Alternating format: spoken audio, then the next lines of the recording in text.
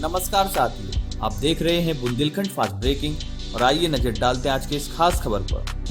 Smart city घोटाले पर Samajwadi party का प्रदर्शन, मंडल आयुक्त को सौंपा ज्ञापन। आज समाजवादी पार्टी ने जिला अध्यक्ष ब्रजेश सिंह भोजला और वरिष्ठ नेता अरविंद सिंह वशिष्ठ के नेतृत्व में झांसी में स्मार्ट सिटी परियोजना में घोटाले के खिलाफ प्रदर्शन किया।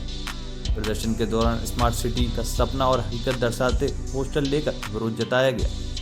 जिला अध्यक्ष ब्रजेश सिंह ने कहा है कि स्मार्ट सिटी के नाम पर घोटाले हो रहे हैं और जनता को इसका खामियाजा भारी टैक्स चुकाकर भुगतना पड़ रहा है।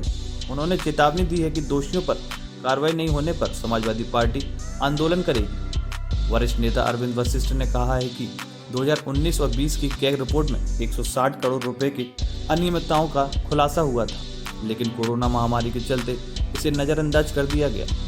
अब 300 करोड़ के घोटाले का आरोप मेयर ने स्वयं लगाकर कैग रिपोर्ट की पुष्टि की है। उन्होंने मामले की सीबीआई और ईडी से जांच और दोषियों पर कार्रवाई की मांग की। अरविंद वशिष्ठ ने आरोप लगाया है कि स्मार्ट सिटी परियोजना के प्रबंधक केपी सिंह ने मेयर पर मानहानि का दावा कर जनता का ध्यान भटकाने का प्रयास किया है। इस मौके पर कई वरिष्ठ नेता और कार्यकर्ता जैसे पूर्व विधायक सतीश जतारिया, पूर्व मंत्री अजय सूद, सत्येंद्र पुरी, विजय कुशवाहा, मोहर सिंह राठौड़, आकाश यादव, रमाकांत पटेल और अन्य लोग उपस्थित रहे। बुंदेलखंड फास्ट ब्रेकिंग के लिए झांसी से ब्रजेश परिहार के साथ नीरज प्रजापति की रिपोर्ट।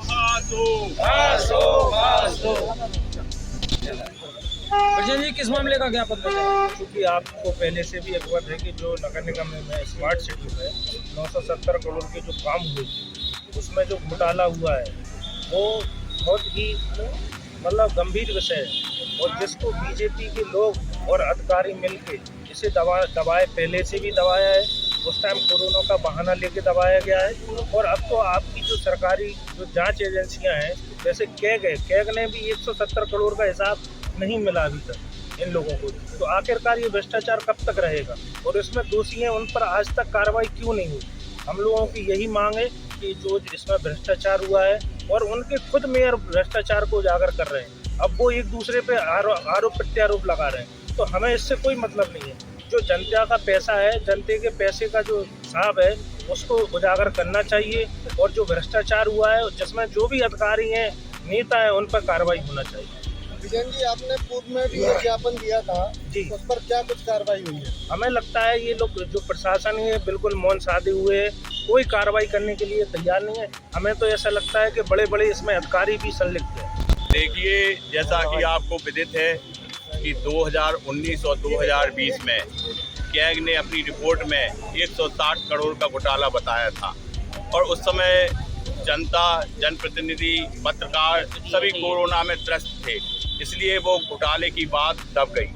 लेकिन अभी हाल में ही नगर निगम की कार्यकारिणी की बैठक में झांसी के मेयर ने इस स्मार्ट सिटी के प्रबंधक पर आरोप लगाया है कि 300 करोड़ का घोटाला हुआ है और इस 300 करोड़ का घोटाला हर आदमी को समझ में आ रहा है, हर पत्रकार को समझ में आ रहा है कि जब 970 करोड़ खर्च हुए हैं तो झांसी की तस्वीर क्यों नहीं बदली। उसकी बदहाली जहाँ की तहाँ है।